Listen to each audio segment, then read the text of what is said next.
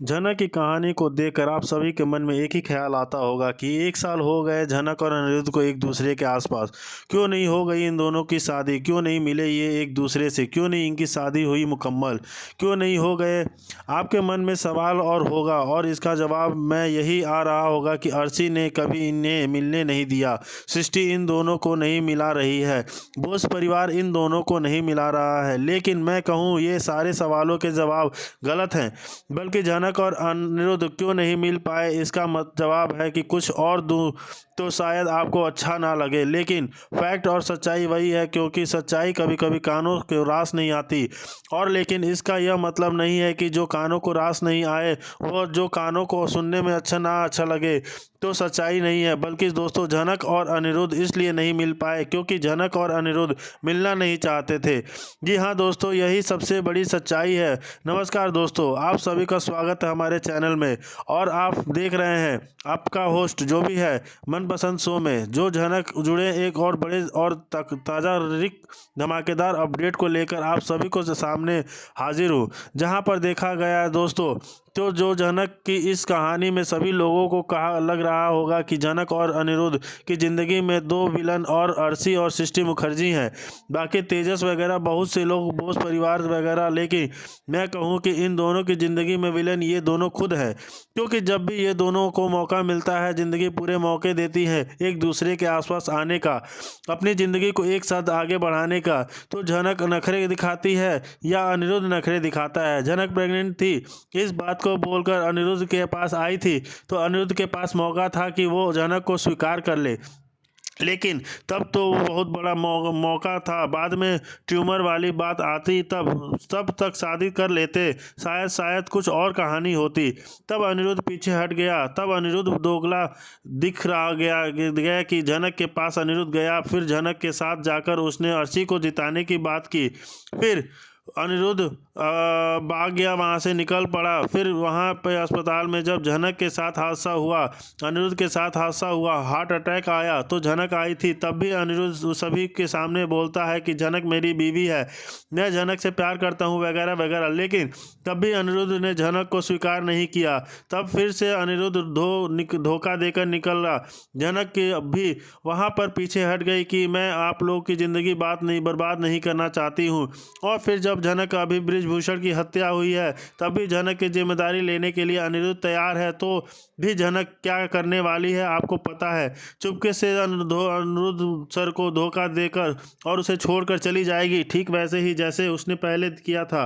मुंबई चली गई थी, जब उसे सबसे पहले रुद्र प्रताप सिंह के ऑफिस में वो झाड़ू पोछा का काम मिला था, चाय देने वाली का काम मिला था, और वो सारी काम मिले थे। तब भी बात सेम ऐसे ही झनक करने वाली है, और इस बार दोस्तों झनक आदित्य कपूर को भी नहीं बताने वाली है, ऐसा कुछ खबरों में आ रहा है। अब ऐसा झनक महान बनकर क्या दिखाना चाहती है, अब तो ये झनक ही जाने। लेकिन मैं इतना ज़रूर कह सकता हूँ कि यदि कहानी को ऐसे ही खींचते चले गए और ऐसे ही कहानी को दिखाया, तो बीच में जो ट्विस्ट आ रहे हैं, जो इनको भी मत दिखाओ। क्लियर, झनक और अनिरुद्ध को अलग ही रख दो, और अब आदित्य भी जो ज़रूरत पड़े, तब जब आदित्य आपको याद आ जाए तो आदित्य को झनक देता है, साथ थोड़ा सा रोमांच दिखा देना। पर फैंस को बेवकूफ़ और हमेशा इमोशन कोई वैल्यू नहीं है। आपको कोई दिखाना है, आप अपनी मर्जी दिखा रहे। बृजभूषण को मारना था, मार दिया। सृष्टि को जेल भी नहीं डाला था, तो केस को रफा दफा कर दिया। तो कुल मिलाकर झनक के मेकर्स हमारे फीलिंग्स का प्रोमो दिखाया, वो भी नहीं होने वाला है। लिटिल बता रहा हूँ कि आप शादी का प्रोमो दिखाया दिया, शादी की प्रोमो वाला सीन भी कुछ होने वाला नहीं वाला है। तो मिलाकर ये बात कर सकता हूँ मेकर्स के साथ या शोक वालों के साथ कि भाई शो के बाद हमारे लिए बनाया, तो हमारी फीलिंग्स को इज्जत उड़ाकर बेवकूफ़ मत बनाओ। जनक को फिर से जब मुंबई भेजा जाएगा, जनक अनिरुद्ध के साथ फिर अलग हो जाएगी, तो इस शो को शायद इस बार ताकत नहीं आएगी फैंस के अंदर कि वापस इस शो को कंटिन्यू देख पाएँ। क्या मैंने जो बोला है इस बात से आप सहमत हैं? क्या आपकी भी यही ओपिनियन है? तो कमेंट में के जरिए अपना सुझाव ज़रूर बताइएगा, और दिल खोलकर अपनी भड़ास, फ्रस्ट्रेशन, प्यार, नफरत सारी फीलिंग्स में छाप दीजिएगा। वो बात तो आप लोगों ने सुनी होगी ना कि जब बहुत गुस्सा हो, ज़्यादा गुस्सा रहते हैं तो कोई फैसला नहीं करना चाहिए। ठीक वैसे ही जब आप बहुत ज़्यादा खुश हो या बहुत ज़्यादा गम में हो तो कभी कोई फैसला नहीं करना चाहिए। और यह बात लागू होती है हमारी झनक भानुशाली के ऊपर। अब मैं ऐसा इसलिए कह रहा हूँ क्योंकि अभी झनक की जो हालत है वो एक तरीके से ऐसी हालत है जिसमें झनक फैसला लेने या कुछ भी कहने के लिए, झनक किसी बात को स्वीकारने में या तो किसी से बात करने में हालत में नहीं है। और ऐसे मौके पर यदि झनक कोई फैसला कर लेती है, यदि वह किसी बात को अटकर कर जाती है तो उसे उस फैसले के पीछे करना, उस बात से समझाना यह बहुत ज़्यादा मुश्किल हो सकता है। और ऐसे ही कुछ अनिरुद्ध बोस के साथ भी होने वाला है, क्योंकि फिलहाल अभी अनिरुद्ध बोस को यह पता है कि झनक ने क्या गंवाया है और झनक को भी पता है कि उसकी पूरी ज़िंदगी जा चुकी है। क्योंकि अब उसके पिता ही नहीं थे जो उसके सब कुछ थे, उसका सब कुछ था, लेकिन अब उसके पिता इस दुनिया से को छोड़कर जा चुके हैं। तो झनक को पूरी अकेले पड़ चुकी है और इस अकेली दुनिया में अनिरुद्ध बोस है जो झनक को सहारा दे रहा है। हाँ, अलग बात है कि आदित्य कपूर भी जाने वाला है। मैंने आपको यह बात पहले बताई है और ये 100% कंफर्म न्यूज़ है कि लेकिन जब आदित्य कपूर नहीं आता तब तक झनक का कौन है, सिर्फ और सिर्फ ये आदित्य कपूर के अलावा अनिरुद्ध ही है। और ऐसे में यदि अनिरुद्ध झनक का साथ मान लेता है कि किसी भी हालत की वजह से, क्योंकि भाई देखो अनिरुद्ध दोगला है, मैं पहले बता रहा हूँ अनिरुद्ध दोगला। और आपको गुस्सा आता होगा किसी को कोई भी बात पता चलती तो कुछ भी किसी को कुछ लग रहा होगा, मुझे कोई फ़र्क नहीं पड़ता है, दिल की बात बता रहा हूँ, साफ सुथरी बात बता रहा हूँ कि भाई अनिरुद्ध जो भी है धोखा ज़रूर देगा कि अर्शी को वो पूरे तरीके से निकाल रहा है और अर्शी को पूरी तरीके से स्वीकार कर रहा है ही नहीं रहा है, झनक के साथ रिश्ते में जुड़ रहा है, नहीं झनक को दूर कर रहा है। और नहीं भाई, इतने सारे कॉम्प्लिकेशंस, इतने सारे सिचुएशंस के बीच में अनिरुद्ध सिर्फ और सिर्फ अपना फ़ायदा ढूंढता है। जब उसे लगता है कि उसे झनक की ज़रूरत है तो वह झनक के पास पहुंच जाता है, और जब उसे लगता है कि अर्शी की ज़रूरत है तो अर्शी के पास पहुंच जाता है।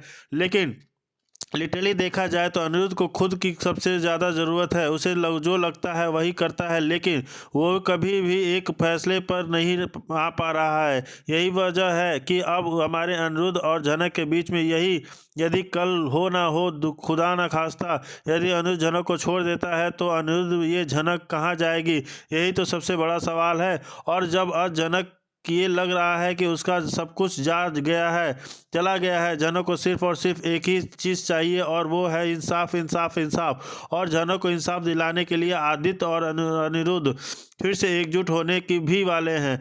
नमस्कार दोस्तों, बड़ी बात यही है कि भाई अब झनक को इंसाफ चाहिए। झनक ने बहुत बड़ा ऐलान भी करना है कि जब तक मेरे पिता का अंतिम संस्कार होना था, यानी यूँ कहें कि जब तक सृष्टि को जेल नहीं होगा तब तक मैं अंतिम संस्कार नहीं करूंगी अपने पिता का। यह बात भी बोलने वाली है भाई। यह बात नहीं बल्कि इससे पहले तो हमारी झनक ने यह भी बोल दिया था कि किसी भी इलाज से जो भाई पोस्टमार्टम तो नहीं होने दे रही थी। झनक, आप लोग को पता होगा, बहुत से कम लोगों ने एपिसोड देखा होगा, यदि जो भी देखा होगा पता होगा कि झनक पोस्टमार्टम भी नहीं होने दे रही थी। झनक तो यही बोल रही थी कि पोस्टमार्टम भी नहीं होना चाहिए, लेकिन अब झनक पोस्टमार्टम के लिए तैयार हुई है और अब झनक अंतिम संस्कार को रोड़ा डालेगी। अब मैं ये नहीं कहता कि एक बेटी अंतिम संस्कार वगैरह वगैरह, भले ही अंतिम संस्कार अनिरुद्ध करेगा, चलो मान लेते हैं, या बेटियां भी कर सकती हैं, ऐसा कुछ नहीं लिखा नहीं है। संतान को संतान हो, वे